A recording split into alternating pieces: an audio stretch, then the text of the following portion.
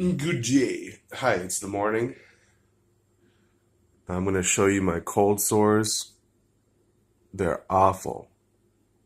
Got one big one right here, a little patch right here, and this is like two in one. One part is healing and the other part's kind of midway through. So, cold sores stink because they don't look good. Anyway, let me make a video here. I want to make a video.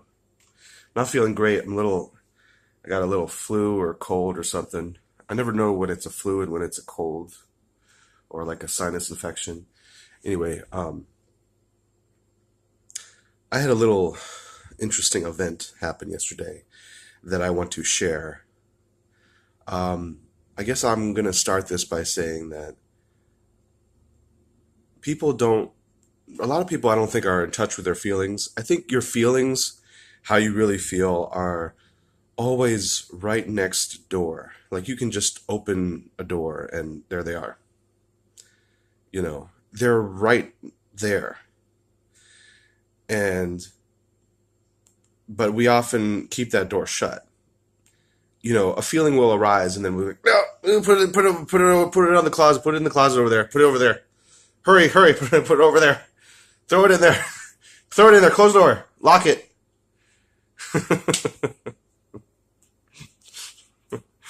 That's kind of how I feel we are with our feelings. It's really interesting because, Freud talked about the subconscious and how, it was like this feeling core. I don't know if he called it that. I don't want to put words in Freud's mouth because he has such a huge, vested position. I don't know how to speak. I don't know how to use words. Vested position, Theo. Vested position. I don't know what I'm saying. He's such a big figure in psychology. Oh God, don't go down another tangent, Theo. Please, God. I'm gonna try not to go down tangents. Anyway, subconscious, like it's this part of us that we don't know, we're not familiar with. But in actuality, it is who we are, but we're just so out of touch with ourselves. We're so out of touch with who we are that it's, so the image that we've crafted for ourselves that we show the world, we're so invested in that image. Oh yeah, now I'm getting it. Now I'm using all the words. Oh, I wanted to say a joke. What it, the what did the first boy born in the 2000s say when he came out of the womb? Hey, what up? It's your boy. That's I think that's funny. But I will insecurely keep on touching my nose as I make jokes. Yeah, so I do have an itch on my nose. The subconscious, I watch a lot of videos of Jesus, and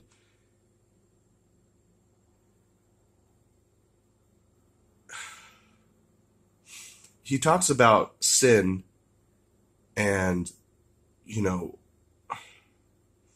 there are so many things that are a sin. You wouldn't believe how many things are a sin. Like some of the things that are a sin, I'm like, whoa, that's a sin. Wow. Like not believing that he's Jesus is a sin. And that kind of makes sense because if someone is telling you the truth and you don't believe it, if you can't even tell that they're telling the truth, that's kind of on you. If you're not sensitive enough to distinguish what the truth is, then that's on you, basically. If you can't hear the truth and say that is the truth. But there's so many things that are a sin. And, you could act incredulous. Like, what? Huh? That's a sin? Get out of here. I had no idea. And really what you're doing there is you don't want to recognize, the sin that you're doing. And that's a big problem. Now, you could recognize a sin if you were in touch with your emotions. And that's another problem is that, we're not in touch with our emotions. Like I'll often do this thing, with any job, with any mistake that I make. Well, it's the first time I did it, my first time. And when in reality, I feel a lot of nervousness going into new things, and it's not really a good nervousness. It's like, I know I could talk to somebody about this. I know I can ask this question to learn more about this task that I'm about to embark on, but I'm not going to do that. So, this all is leading up to the idea um, that about self hate somehow. I guess I wanted to talk about, if you're still with me, um, how my friends will often ask me, Theo, how's your love life? What's going on in your love life? And they ask me that, they want to know if I'm dating. They want to know if I'm attached to anyone right now. They want to know about my sex life sometimes. And this is all after, talking to them ad nauseum about soulmates and my perspective on soulmates and my understanding of soulmates. And they still don't get it. They don't get, you know, that there is someone out there that shares my soul. And the way to find her is to, go after your passions, connect with yourself, connect with God, ask for help from God that, you know, God will help you to find this person. Um, and really, I don't blame them because, I have so many problems in this area. I still watch pornography. I still ogle women and fantasize about numerous different women. I've admitted to pedophilia. So, that's some pretty big issues there that keep me from my soulmate. Um, but I think if my friends were a little bit more connected to their feelings,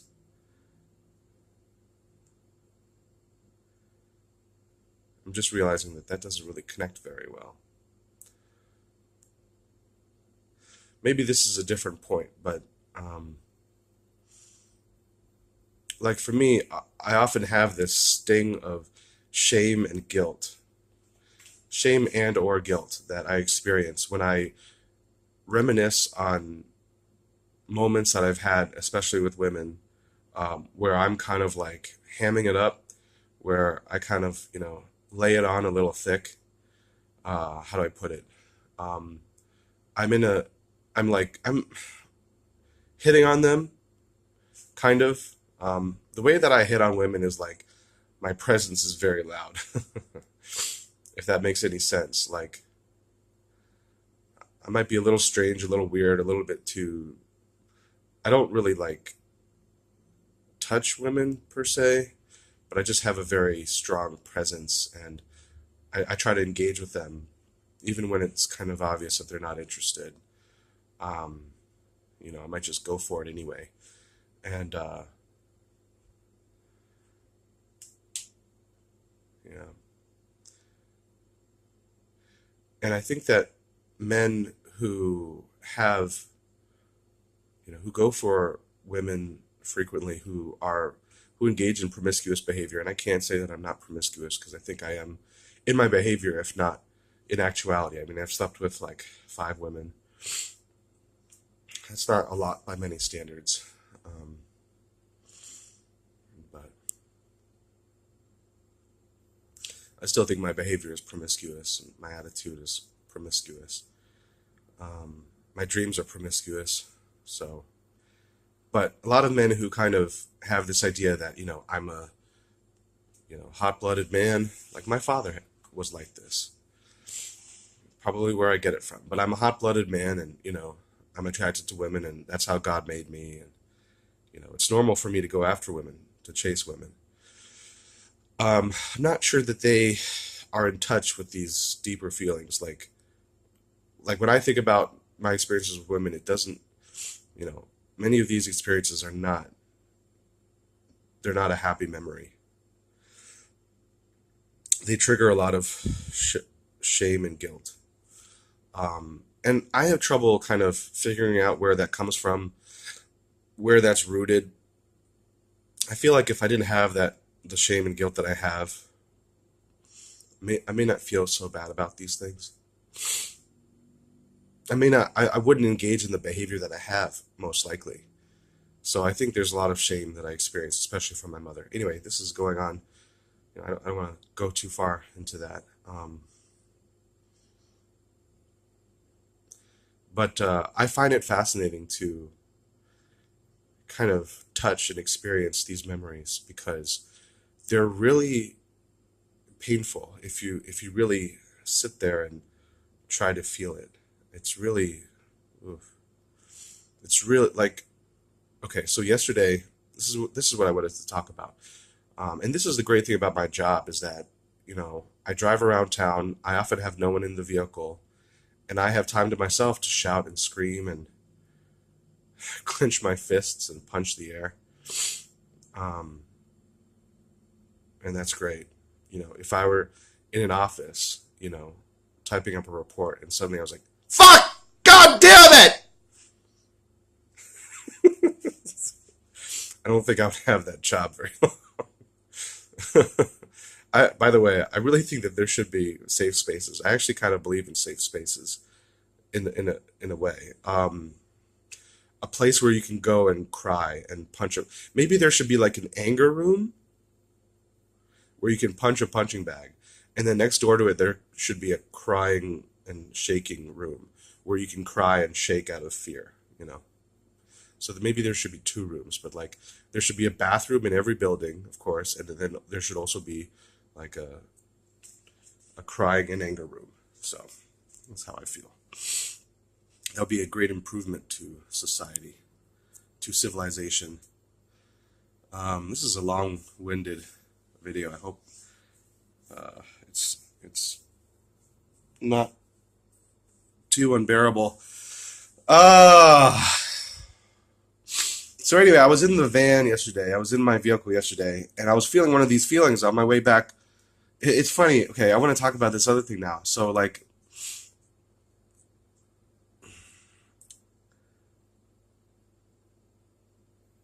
I often have this moment where I'm like, Theo, you can't make your fucking movie. You don't have what it takes. Your idea of using gift economy principles to make a movie that is, at this point, I don't want anyone to invest in it per se. I just want people to give me their money so I can make the film and also distribute it and also pay theaters to show it. So I want $7 million to make the movie and like 90 million to distribute it. So about $100 million, please, if you don't mind. Yeah. Theo, you not only do you not have talent, not only do you not have perseverance, but no one is going to give you that kind of money, Theo, you freaking weirdo. And then I think of just like, what if I just continued on my humdrum life, for the rest of my 50 years and die of old age and, sadness. And then that's awful. So I go back to, having this highfalutin dream of making a movie. And I was thinking that, like, but I need to believe. I don't like what life is like. I know what it tastes like. I know what it feels like when I don't believe in myself. That really sucks. That really, really sucks. It really does, actually. When you kind of like, this is when I believe in myself, when I believe that a happy future is possible for myself. I'm kind of like, I look like this. Okay, that's not so bad. But when I don't, when I feel like the future is black, the future is, and I don't mean black as in African American. Please, God, don't do that. The future is dark, and I don't mean to.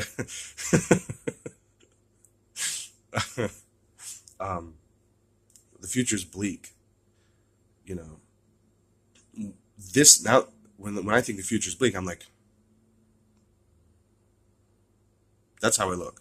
I walk around looking like that. And you know how people feel when they look at me like that? Oh, they feel terrible. And they tell me that, like, what is wrong with you?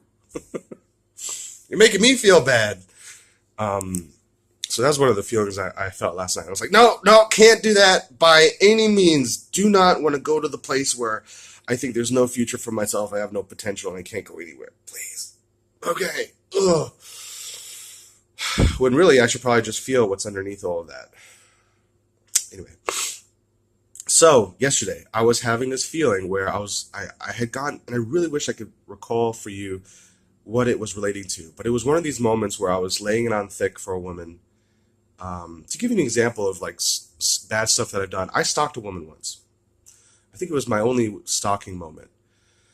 Do not feel good about it. Don't want to admit it. Kind of feels as bad as admitting to pedophilia, but I'm sure that's a bigger one, definitely. But I stalked a woman once. I went to her apartment. I found my way in.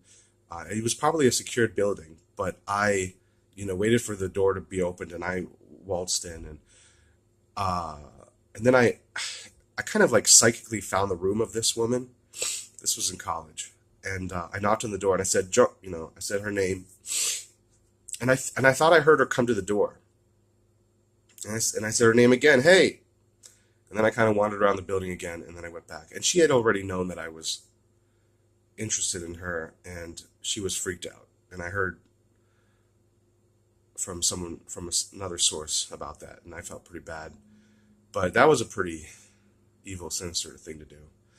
I don't think that she needed to be as scared as she was necessarily, but I mean, I probably did have a lot of bad spirits at that time, so you don't have a lot of I don't think you have a lot of options as a woman. I don't want to make women into infants.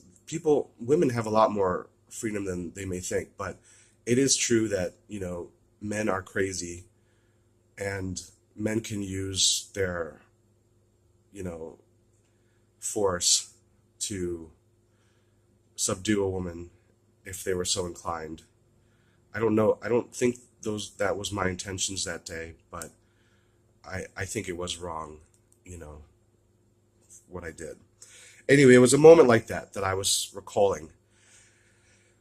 And this is the whole point of the video. A moment like that. And I was feeling how fucking awful it is to have done what I did, and the feelings associated with the act that I did. And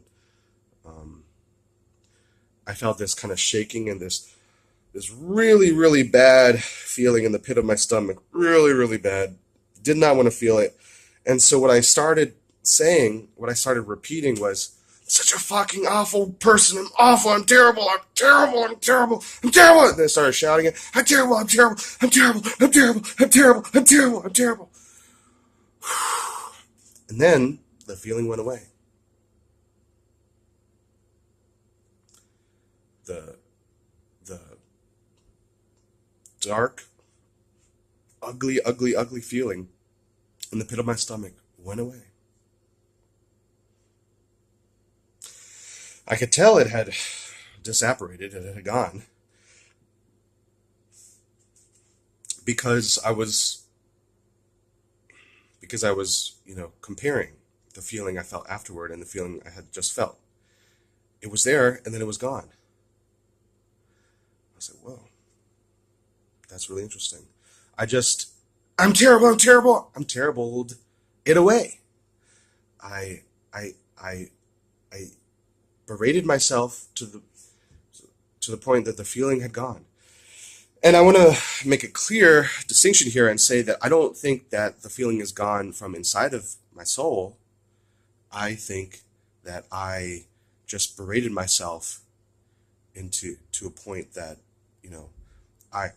I was able to, throw that feeling back in the closet and shut the door and lock it. So that feeling is probably somewhere inside of myself, but I successfully used the technique of, self-hatred, beating up on oneself in order to move away from it. And I know this was a long video to say that one thing, but I think that's pretty amazing, because that does confirm one thing that I've heard from Jesus, which is that you're doing a really terrible thing when you try to hurt yourself, when you verbally chastise yourself, even if it's just internal, even if it's just something you say to yourself in your mind. You're doing a really bad thing. And the reason for that is twofold. The first reason, and probably the biggest reason why it's bad, is that you're not actually getting in touch with your sin. You're not um, allowing yourself to feel, what you're. If you allow yourself to become a sensitive person, every time you do something that is not right, that is not loving, and is not in agreement with one of God's laws, then you will feel the pain associated with that act if you become a sensitive person.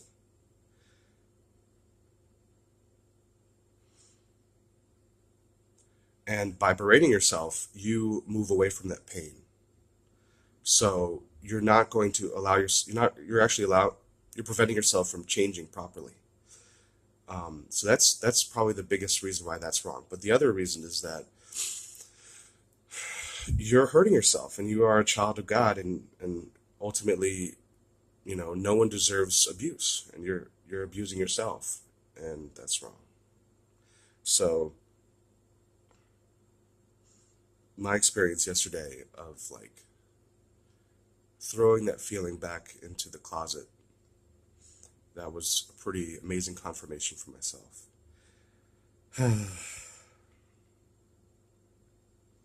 I'll end it there. I'm sorry if this is so long.